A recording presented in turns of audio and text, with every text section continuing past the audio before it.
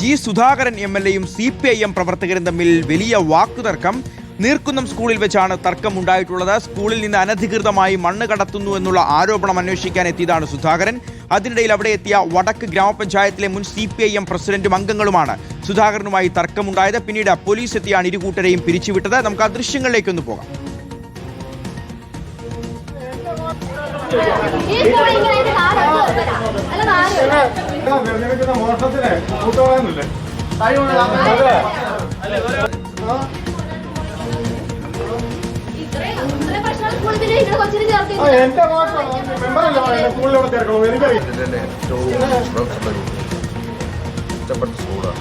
പഞ്ചായത്ത് പറഞ്ഞിട്ടാണ് പൊളിച്ചതെന്നാണ് വിളിക്കുന്നത്.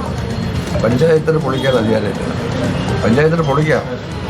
പൊതുവിദ്യാഭ്യാസ secretary, director of public instruction, ഇവർ ഓർഡർ ഇടും.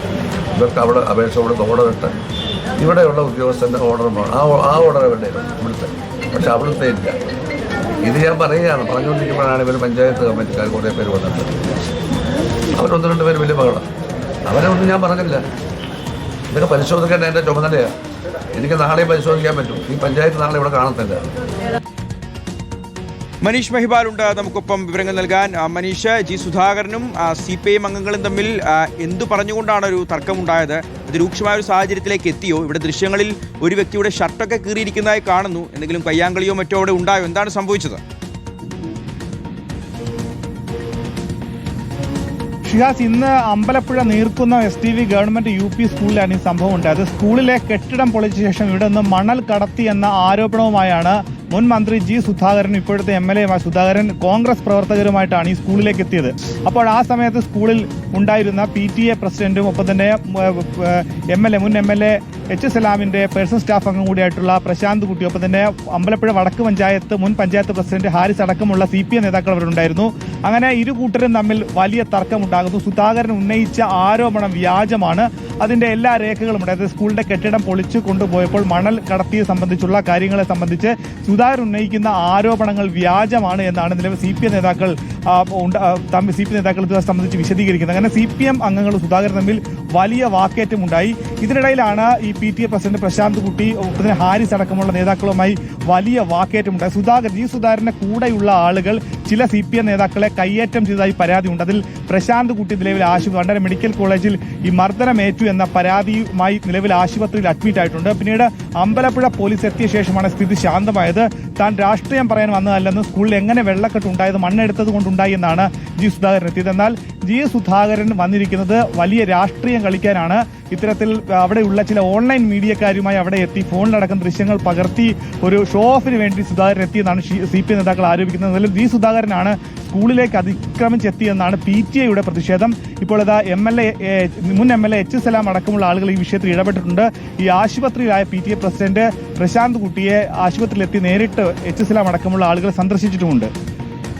ശരി മനീഷ, അമ്പലപ്പുഴയിലാണ് ജി സുധാകരൻ MLAയും CPIM പ്രവർത്തകരും തമ്മിൽ വാക്കുതർക്കമുണ്ടായത്. സ്കൂളിൽ വെച്ചാണ് തർക്കമുണ്ടായത്.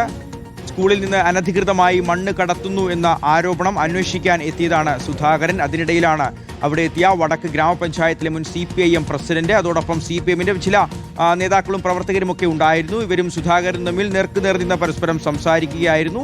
നമുക്കറിയാം CPMന്റെ ഏറ്റവും പ്രധാനപ്പെട്ട നേതാക്കളിൽ ഒരാളായിരുന്നു, മുൻ മന്ത്രിയായിരുന്നു, നിരവധി തവണ MLA ആയിട്ടുണ്ട്.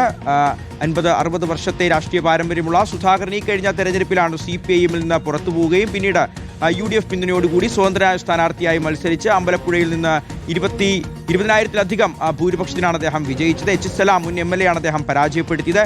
ഇതാ വാക്കുതർക്കത്തിന്റെ കൂടുതൽ ദൃശ്യങ്ങൾ ഇപ്പോൾ പുറത്തു വരുന്നുണ്ട്. അതിലേക്ക് അത്രേ ഉള്ളൂ. എന്ത് നേടാനെന്നാ? ഒന്നും നേടിയിട്ടില്ല. ഒന്നുമല്ല, നേടുമല്ലോ. പക്ഷെ നേടി അതാണ് ഞങ്ങൾ പറയുന്നത്. പാർട്ടിയിൽ നിന്ന് നേടി ഇല്ലെന്ന് പറയണ്ട. പാർട്ടിയിൽ നിന്ന് നേടി സ്ഥിരമൊന്നുമല്ല ഞങ്ങൾ പറയുന്നത്. ഞങ്ങൾ ഈ ഒരു 1-2 വർഷം മുമ്പ് ഞങ്ങളൊന്നും പറയത്തില്ല. സാറേന്നല്ലേ വിളിച്ചിരുന്നത്. സാറേന്നാ വിളിപ്പിച്ചിരുന്നത്. വിളിപ്പിച്ചിരുന്നത് സാറേന്നാ. അതൊക്കെയായിരുന്നു. അംഗീകരിക്കും. ജനങ്ങൾ അംഗീകരിച്ചു. അതെ, അപ്പൊ അംഗീകരിച്ചു. അപ്പൊ ജനങ്ങൾ പാർട്ടി എല്ലാവർക്കും അംഗീകരിച്ചോണ്ടല്ലേ പറഞ്ഞു. അതെ 22,000 പരാജയിക്കുന്നത്. കുഞ്ഞാലിക്കുട്ടി 1,80,000 അങ്ങനെ ഭൂരിപക്ഷത്തിൽ പറയുന്നോണ്ട് ഞാൻ പറഞ്ഞത്. ഇത്ര വോട്ട് ജയിച്ചു എന്ന് പറയുമ്പോൾ 1,80,000 കുഞ്ഞാലിക്കുട്ടി ജയിച്ചു. അത് ആരും പറഞ്ഞിട്ടില്ല. ആരും പറഞ്ഞില്ല. ഞങ്ങൾക്ക് നേരിട്ട് വന്നത് അതാണ് കണ്ട, അതാണ് പ്രശ്നം. അവിടുത്തെ പ്രശ്നം അതാണ്. ഞങ്ങൾ പറഞ്ഞു വെച്ചാൽ തോറ്റുപോയെന്ന്.